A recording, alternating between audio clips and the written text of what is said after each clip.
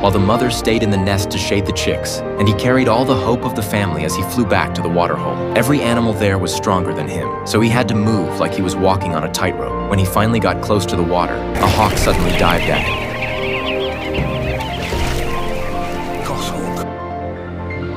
He survived by luck, but he didn't back off, and he kept pushing the limits in that danger zone because his newborn babies needed that water, even if it meant he could die for it. Maybe the hawk got tired and stopped chasing, so he finally reached the water hole. After he filled himself up, he dipped the feathers under his belly into the water, and those feathers could hold almost a cup of water, enough to keep the chicks hydrated for a whole day. Then he had to fly 2 hours with that weight to bring the water back home. For the 2 months while the chicks grew, he had to make this long water run every single day, and every trip was a fight for survival, and he had to give everything he had. Give some love to this heavy, powerful fatherly devotion.